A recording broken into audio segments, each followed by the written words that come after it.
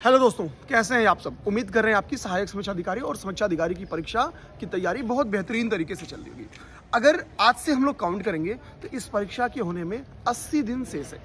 अब ये 80 दिन हाथ से कब निकलेंगे आपको पता नहीं चलेंगे, क्योंकि एक चीज समझना होगा, 125 क्वेश्चन आपको नेट सही करने हैं एग्जाम में इस परीक्षा को उत्तीर्ण करने के लिए। मिनिमम 125 आप पिछली बार के कट ऑफ से अगर अनुमान लगाएंगे तो। अब बात आती है कि सर क्या क्या किया जाना चाहिए, तो ये तो मैं लगातार आपको बता रहा हूँ। उम्मीद करेंगे कि आप उन काम को कर रहे होंगे। जैसे फिर से 1 मिनट के अंदर बोलूँ, PYQs पे अच्छी काम कर रहे होंगे, करंट अफेयर पे अच्छी काम कर रहे होंगे। मैंने करंट अफेयर के लिए आप सबसे वादा किया था कि 500 इंपॉर्टेंट टॉपिक्स आप लोग के बीच में लेके आएंगे। पहली क्लास बन गई है, दूसरी क्लास आज बनाने वाला हूं।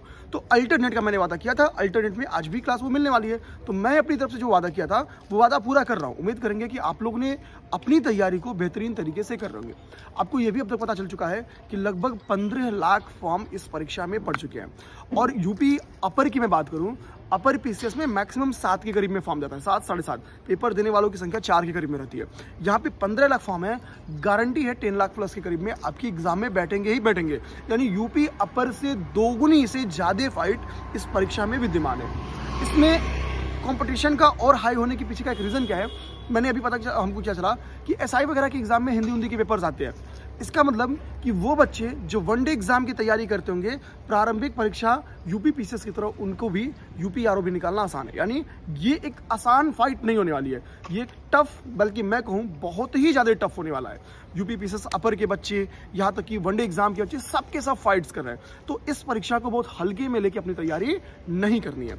अब देखो, कुछ चीजें अब लोग कमेंट कर रहे हैं कि क्या सर बुक्स पढ़ते रहे। अब अगर बुक पढ़ रहे हो यार तो कोई मतलब नहीं है, क्योंकि अब 80 दिन शेष है।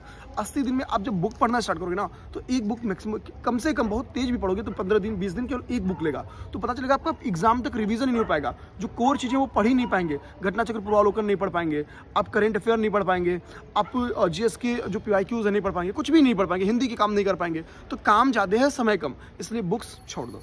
बल्कि जिन विषयों में आपको दिक्कत है, आपको लग रहा नहीं मुझे हिस्ट्री में, ज्योग्राफी में, पॉलिटी में मुझे दिक्कत है, आप उसकी जगह आप क्या करो, आप क्रैश कोर्स करो।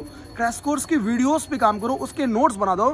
क्योंकि यहां से क्रैश कोर्स जो यूपी PCS के लिए बनता है ना, उसके बाहर, या UP RO की जो क्रैश कोर्स है उसके बाहर क्वेश्चंस नहीं जाते हैं GS के, और बहुत ज्यादा GS में स्कोर नहीं करना है। मैंने पहली स्ट्रेटजी इसकी बता चुकी है। तो मैं अब एकदम मतलब स्ट्रिक्टली बोल रहा हूं आपको कि कोशिश करके अब आप लोग बुक तो छोड़ दें, और इसकी जगह आप चाहें तो क्रैश कोर्स वगैरह पे फोकस करें, उसके नोट्स बनाएं और मल्टीपल टाइम रिवीजन करना स्टार्ट करें। साथ ही साथ टेस्ट सीरीज को ज्यादा से ज्यादा लगाना है। मैं हमेशा कहा हूं आप लोगों को कम से कम 40 टेस्ट लगा के ही एग्जाम में पहुंचना है, वरना एग्जाम के रुकने की संभावना बहुत ज्यादा बन जाती है। क्योंकि बिना प्रैक्टिस के अगर उतर जाओगे मैदान में तो जाहिर सी बात है कि अगले से कम ही एक्यूरेसी आपकी रहेगी। एक्यूरेसी अच्छा करने का तरीका है कि आप टेस्ट की प्रैक्टिस अवश्य करेंगे।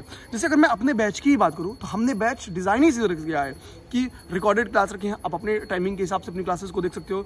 इसमें करंट अफेयर की क्लास, करंट अफेयर के 500 इंपॉर्टेंट PDF जो है वो आपको जाने वाली है। प्लस इसमें 17 टेस्ट, अभी रिकॉर्डेड 17 टेस्ट इसमें जारी है। 16 शेड्यूल टेस्ट है, ओपन टेस्ट भी हम लोग अपनी हिंदी और GS का इसमें देने वाले हैं। यानी एग्जाम आते आते तो यहाँ पे मैं 20 पेपर करवा दूंगा। आप सोचो, आप केवल और केवल 1500 रुपीज इस बैच की फीस है। आप क्लासेस पा जाओगे, आप टेस्ट पा जाओगे, करंट के नोट्स पा जाओगे, ठीक है, सारी की सारी चीजें आपको मिलने वाली हैं, और प्रॉपर टीम की गाइडेंस वहां पे मौजूद रहने वाली है।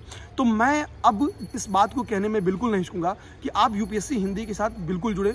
UPSC हिंदी आपकी पूरी तैयारी के लिए, यहाँ तक कि आपका मेंस जब प्री निकलेगा तो मेंस के लिए हम लोग प्रॉपर फ्री गाइडेंस बैचेस को, जितनी भी सुविधाएं होंगी वो लाएंगे आपके लिए, ठीक है। मेंस के लिए तो बिल्कुल फ्री लेके आएंगे, बस दिमाग में रखना आपको प्रीलिम्स 4 देना है। और UPSC हिंदी जितनी चीजें आपको दे रही है इसमें प्रीलिम्स इजीली निकल सकता है, इजीली निकलेगा। बस आपको डेली 8 घंटे कम से कम काम करना होगा और एटलीस्ट अपने लिए ईमानदार रहना होगा। जय हिंद।